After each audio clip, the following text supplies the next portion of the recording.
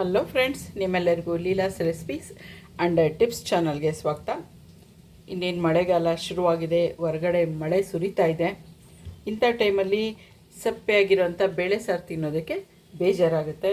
ಚಟ್ಪಟ ಅಂತ ಇರೋಂಥ ಒಂದು ಸ್ಪೈಸಿಯಾಗಿ ಹುಳಿಯಾಗಿರೋಂಥ ಒಂದು ಸಾರು, ತಿಳಿ ಸಾರು ತಿನ್ನಬೇಕು ಅಂತ ಅನಿಸುತ್ತೆ. ಸೊ ಅದಕ್ಕೋಸ್ಕರ ಯಾವ ರೀತಿ ತಿಳಿ ಸಾರು ಮಾಡ್ಬೋದು ಮಳೆಗಾಲಕ್ಕೋಸ್ಕರ ಅಂತ ನಾನಿಲ್ಲಿ ಒಂದು ರೆಸಿಪಿನ ನಿಮಗೋಸ್ಕರ ತೊಗೊಂಡು ಬಂದಿದ್ದೀನಿ.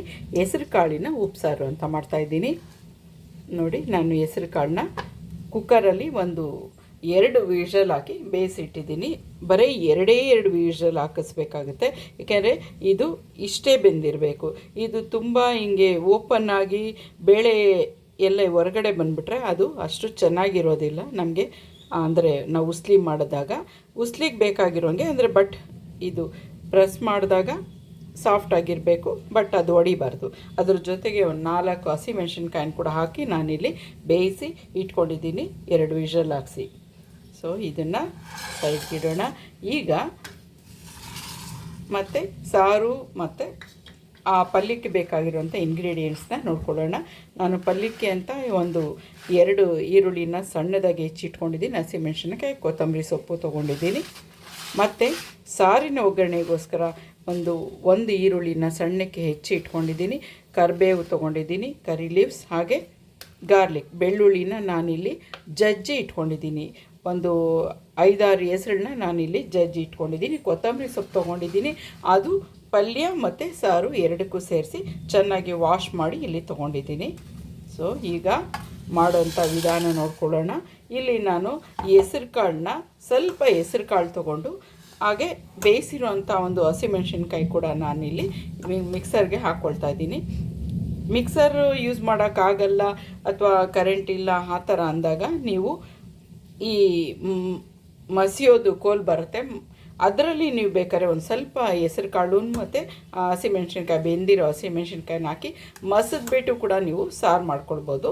ತುಂಬ ಈಸಿಯಾಗಿ ಮಾಡೋವಂಥ ಒಂದು ಸಾರಿದು. ಸೊ ಇದನ್ನು ನಾನೀಗ ಮಿಕ್ಸರಲ್ಲಿ ಸ್ವಲ್ಪ ರುಬ್ಕೊಳ್ತಾ ಇದ್ದೀನಿ. ಇದಕ್ಕೆ ಸಾರು ಗಟ್ಟಿ ಬರೋದಕ್ಕೋಸ್ಕರ, ಇದು ಟೇಸ್ಟು ಮತ್ತು ಅದರದ್ದು ಗಟ್ಟಿಯಾಗಿ ಬರಬೇಕು ಅಂತ ಒಂದು ದೊಡ್ಡ ಸೌಟಲ್ಲಿ ಒಂದು 2 ಸೌಟಷ್ಟು ನಾನಿಲ್ಲಿ ಕಾಳು ತೊಗೊಳ್ತಾ ಇದ್ದೀನಿ. ಹಾಗೆ ಇದಕ್ಕೆ ಹಸಿಮೆಣ್ಸಿನ್ಕಾಯಿ ಕೂಡ ನಾನು ಹಾಕ್ಕೊಂಡು ಇಷ್ಟನ್ನು ನಾನಿಲ್ಲಿ ಚೆನ್ನಾಗಿ ರುಬ್ಕೊಳ್ಬೇಕಾಗುತ್ತೆ. ಫಸ್ಟ್ ಇದನ್ನು ಮಿಕ್ಸರ್ ಮಾಡ್ಕೊಳ್ಳೋಣ. ಸ್ವಲ್ಪ ರುಬ್ಬಿದ ತಕ್ಷಣವೇ ಇದು ಚೆನ್ನಾಗಿ ಪೇಸ್ಟ್ ಥರ ಆಗಿಬಿಡುತ್ತೆ. ಇದಕ್ಕೆ ನಾವು ಬೇಯಿಸಿ ಇಟ್ಕೊಂಡಿರೋಂಥ ನೀರು ಇರುತ್ತಲ್ವ, ಅದನ್ನು ಕೂಡ ಸ್ವಲ್ಪ ಮಿಕ್ಸ್ ಮಾಡಿ ನಾನಿಲ್ಲಿ ರುಬ್ಕೊಂಡಿದ್ದೀನಿ. ಬನ್ನಿ ಈಗ ಸಾರು ಮಾಡೋವಂಥ ವಿಧಾನ ನೋಡ್ಕೊಳ್ಳೋಣ. ಈಗ ಸಾರಿಗೆ ಪಾತ್ರೆ ಇಟ್ಟಿದ್ದೀನಿ, ಪಾತ್ರೆ ಬಿಸಿ ಆಗಿದೆ. ಒಂದು 4 ಸ್ಪೂನಷ್ಟು ಎಣ್ಣೆನ ಹಾಕ್ಕೊಳ್ಬೇಕಾಗುತ್ತೆ ನಾವು.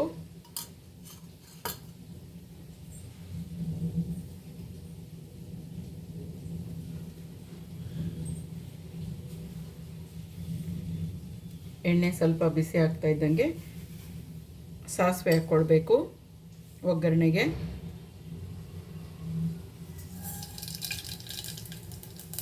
ಸಾಸಿವೆ ಚಟಪಟ ಅಂದಿದ ತಕ್ಷಣ ಈರುಳ್ಳಿ,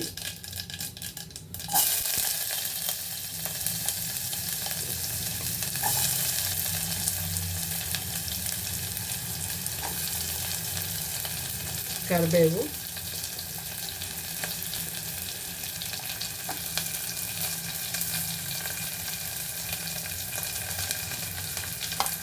ಈರುಳ್ಳಿ ಮತ್ತು ಕರಿಬೇವು ಚೆನ್ನಾಗಿ ಆಯಿಲಲ್ಲಿ ಫ್ರೈ ಆಗಬೇಕು.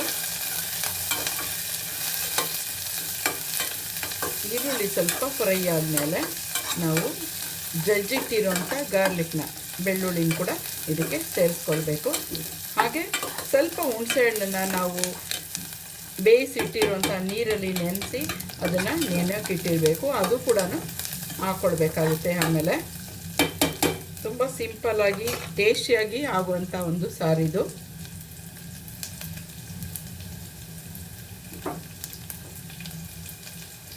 ಇದು ಸ್ವಲ್ಪ ಗೋಲ್ಡನ್ ಬ್ರೌನ್ ಆಗಬೇಕು ಆನಿಯನ್ನು. ಸ್ವಲ್ಪ ಕಲರ್ ಬಂದಿದೆ. ಈಗ ನಾನು ಜಜ್ಜಿಟ್ಟಿರುವಂಥ ಒಂದು ಗಾರ್ಲಿಕ್ನ ಇಲ್ಲಿ ಸೇರಿಸ್ಕೊಳ್ತಾ ಇದ್ದೀನಿ, ಬೆಳ್ಳುಳ್ಳಿನ. ಅದು ಕೂಡ ಚೆನ್ನಾಗಿ ಆಯಿಲಲ್ಲಿ ಬೆಂದಾಗ, ಅದು ಫ್ರೈ ಆದಾಗ ಅದರದ್ದು ಘಮ ಘಮ ಅಂತ ಒಳ್ಳೆ ಸ್ಮೆಲ್ ಬರುತ್ತೆ.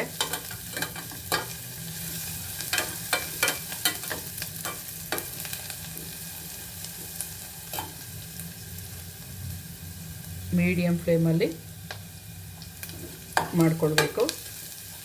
ಬೇಗ ಇಲ್ಲಾಂದರೆ ಕಲರ್ ಚೇಂಜ್ ಆಗಿ ಬ್ಲಾಕ್ ಆಗಿಬಿಡುತ್ತೆ ಆನಿಯನ್ನು. ಈಗ ಇದು ಫ್ರೈ ಆಗಿದೆ ಆನಿಯನ್ ಎಲ್ಲ. ಸೊ ನಾವು ರುಬ್ಬಿಟ್ಟಿರೋಂಥ ಒಂದು ಹೆಸರು ಕಾಳು ಪೇಸ್ಟ್ನ ಅದಕ್ಕೆ ಸೇರಿಸ್ಕೊಳ್ಳೋಣ.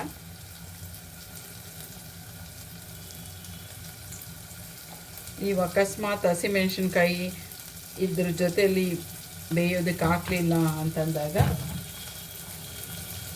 ಹಾಗೆ ಒಗ್ಗರಣೆ ಕೂಡ ಹಸಿಮೆಣ್ಸಿನ್ಕಾಯಿ ಹಾಕ್ಕೊಳ್ಬೋದು, ಅಥವಾ ಒಣಮೆಣ್ಸಿನ್ಕಾಯಿ ಕೂಡ ನೀವಿಲ್ಲಿ ಹಾಕ್ಕೊಳ್ಬೋದು. ನೀರಾಗಿ ನಾನು ನೀರನ್ನ ಸೇರಿಸ್ಕೊಳ್ತಾ ಇದ್ದೀನಿ.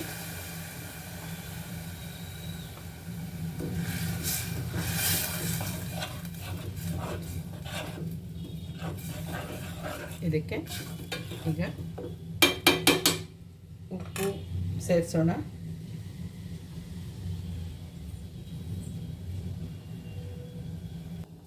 ಈಗ ಟೇಸ್ಟಿಗೆ ಎಷ್ಟು ಬೇಕೋ ಅಷ್ಟು ಉಪ್ಪನ್ನ ಇಲ್ಲಿ ಹಾಕ್ಕೊಳ್ತಾ ಇದ್ದೀನಿ. ಹಾಗೆ ಹುಣಸೆ ರಸನ ಕೂಡ ಇಲ್ಲಿ ಸೇರಿಸ್ತಾ ಇದ್ದೀನಿ. ಎಕ್ಸ್ಟ್ರಾ ನೀರು ಬೇಕಾದರೆ ನೋಡಿಕೊಂಡು ಅದನ್ನು ಕೂಡ ಸೇರಿಸ್ಕೊಳ್ಬೇಕು.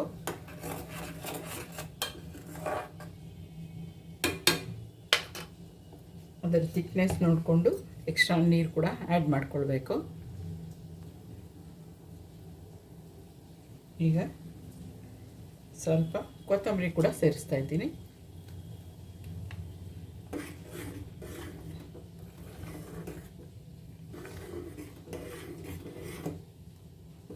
ಇದು ಇನ್ನೊಂದು 2 ಕುದಿ ಬಂದ ತಕ್ಷಣ ಸಾರು ಆಯಿತು. ಅದನ್ನು ನಾವು ಸೈಡ್ಗೆ ತೆಗೆದುಬಿಡ್ಬೋದು.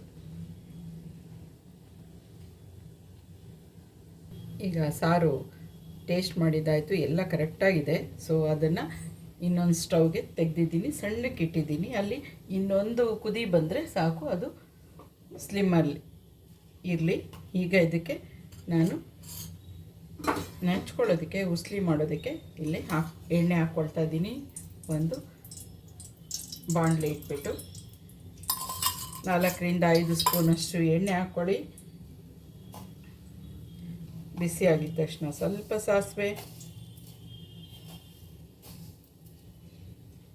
ತುಂಬ ಈಸಿಯಾಗಿ ಆಗುವಂಥ ಒಂದು ಸಾರು ಫ್ರೆಂಡ್ಸ್, ಖಂಡಿತ ಮಾಡಿ. ಹಾಗೆ ತುಂಬ ಟೇಸ್ಟಿಯಾಗಿರುತ್ತೆ.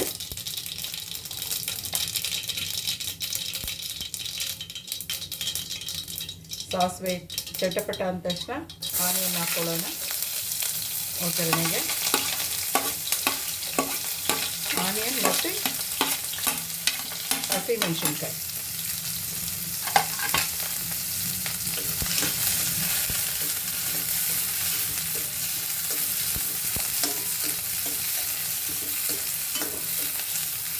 ನೀವು ಒಗ್ಗರಣೆಗೆ ಬೇಕಿದ್ದರೆ ಇದಕ್ಕೂ ಕೂಡ ಬೆಳ್ಳುಳ್ಳಿನ ಜಜ್ಜಿಬಿಟ್ಟು ಹಾಕ್ಕೊಳ್ಬೋದು, ಬೇಕು ಅಂದವರು.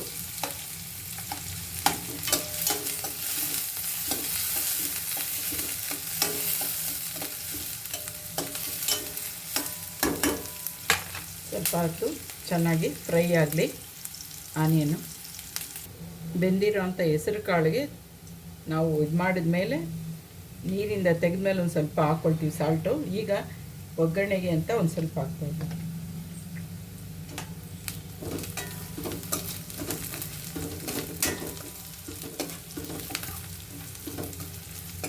ಈಗ ಇದು ಫ್ರೈ ಆಗಿದೆ. ಹೆಸರು ಕಾಳನ್ನ ಸೇರಿಸ್ಕೊಳ್ಳೋಣ. ಇದಕ್ಕೆ ನಾನೀಗ ಬೇಯೋವಾಗಲ್ಲ, ಬೆಂದ ಮೇಲೆ ಸ್ವಲ್ಪ ಉಪ್ಪು ಹಾಕಿ ಇಟ್ಟಿದ್ದೀನಿ. ಕೊತ್ತಂಬರಿ ಸೊಪ್ಪು,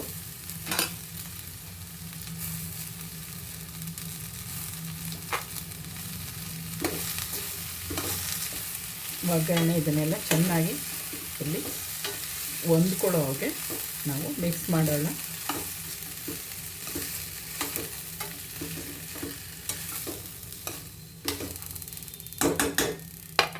ಮಿಕ್ಸ್ ಮಾಡಿ ಸ್ವಲ್ಪ ಅದು ಬಿಸಿ ಆಗಬೇಕು.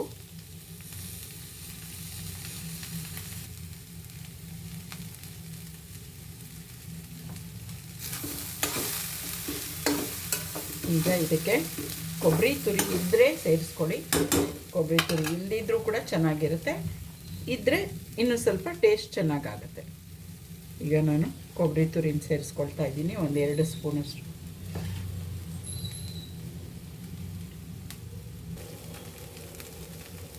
ಹಸಿ ಕೊಬ್ಬರಿ ಹಾಕಿರೋದ್ರಿಂದ ಸ್ವಲ್ಪ ಚೆನ್ನಾಗೇ ಬಿಸಿ ಆಗಬೇಕಿದು, ಇಲ್ಲಾಂದರೆ ನಾವು ಇದನ್ನಿಟ್ಟಾಗ ಅದು ಕೆಟ್ಟೋಗೋ ಚಾನ್ಸಸ್ ಇರುತ್ತೆ. ಅದಕ್ಕೋಸ್ಕರ ಹಸಿ ಕೊಬ್ಬರಿ ಹಾಕಿದ್ಮೇಲೆ ಸ್ವಲ್ಪ ಚೆನ್ನಾಗೇ ಬಿಸಿ ಆಗಲಿ. ಮೀಡಿಯಮ್ ಫ್ಲೇಮಲ್ಲಿ ಇಟ್ಕೊಂಡು ಸೌಟನ್ನ ಚೆನ್ನಾಗಿ ಕೈ ಆಡಿಸಿ ಈ ಕಡೆ ಆ ಕಡೆ, ಅಂದರೆ ತಳ ಹಿಡಿದಿದ್ದಂಗೆ ಸ್ವಲ್ಪ ಬಿಸಿ ಆಗೋವರೆಗೂ ನೋಡ್ಕೊಳ್ಬೇಕಾಗತ್ತೆ. ಸಾರು ರೆಡಿಯಾಗಿದೆ, ಹಾಗೆ ಪಲ್ಯನೂ ರೆಡಿಯಾಗಿದೆ. ಇನ್ನೇನು ಸರ್ವಿಂಗ್ ಬೌಲ್ಗೆ ತೆಗೆದುಬಿಡೋಣ. ಸ್ವಲ್ಪ ಉಪ್ಪು ಕಡಿಮೆ ಆಗಿದೆ, ಫೈನಲ್ ಆಗಿ ಸ್ವಲ್ಪ ಉಪ್ಪನ್ನು ಸೇರಿಸೋಣ.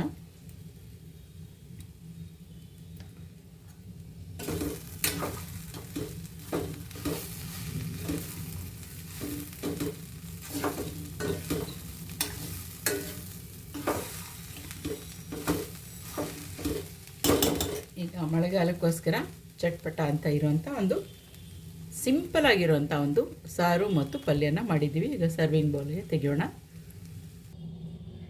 ಹೆಸರು ಕಾಳಿನ ಉಪ್ಸಾರು ರೆಡಿಯಾಗಿದೆ. ಹೆಸರು ಕಾಳಿನ ಪಲ್ಯ ಹಾಗೆ ಹೆಸರು ಕಾಳಿನ ಒಂದು ಉಪ್ಸಾರು ಎರಡೂ ರೆಡಿಯಾಗಿದೆ. ಈಗ ಬಿಸಿ ಬಿಸಿ ಅನ್ನ, ಬಿಸಿ ಬಿಸಿ ಮುದ್ದೆ ಎರಡಕ್ಕೂ ತುಂಬಾ ಒಳ್ಳೆಯ ಕಾಂಬಿನೇಷನ್ ಇದು. ಮುದ್ದೆಗಂತೂ ತುಂಬ ಒಳ್ಳೆಯ ಕಾಂಬಿನೇಷನು. ಬಿಸಿ ಬಿಸಿ ಅನ್ನಕ್ಕೆ ಕೂಡ, ಬಿಸಿ ಅನ್ನಕ್ಕೆ ಸ್ವಲ್ಪ ತುಪ್ಪನ ಕೂಡ ಹಾಕ್ಕೊಂಡು ಈ ಸಾರು ಮತ್ತು ಈ ಒಂದು ಪಲ್ಯನ ತಿಂತಾಯಿದ್ರೆ ವಾವ್, ಸ್ವರ್ಗ. ಅದು ಮಳೆಗಾಲದಲ್ಲಿ ಮಳೆ ಆಚೆ ಬೀಳ್ತಾ ಇರಬೇಕಾದ್ರೆ ಈ ಥರದ ಸಾರುಗಳು ತುಂಬಾ ಟೇಸ್ಟಿಯಾಗಿರುತ್ತೆ.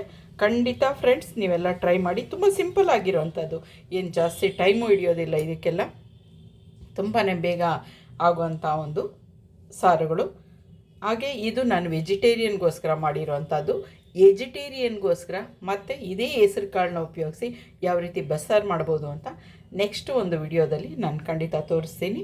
ಓಕೆ ಫ್ರೆಂಡ್ಸ್, ನಿಮಗೆ ಇದು ಇಷ್ಟ ಆಗಿದೆ ಅಂದ್ಕೊಳ್ತೀನಿ. ಖಂಡಿತ ಇದನ್ನು ಟ್ರೈ ಮಾಡಿ. ನನ್ನ ಚಾನಲ್ನ ಸಬ್ಸ್ಕ್ರೈಬ್ ಮಾಡ್ಕೊಳ್ಳಿ, ಒಂದು ಲೈಕ್ ಕೊಡಿ, ನಿಮ್ಮ ಫ್ರೆಂಡ್ಸ್ಗೆಲ್ಲ ಇದನ್ನು ಶೇರ್ ಮಾಡಿ. Thank you friends, have a good day, bye.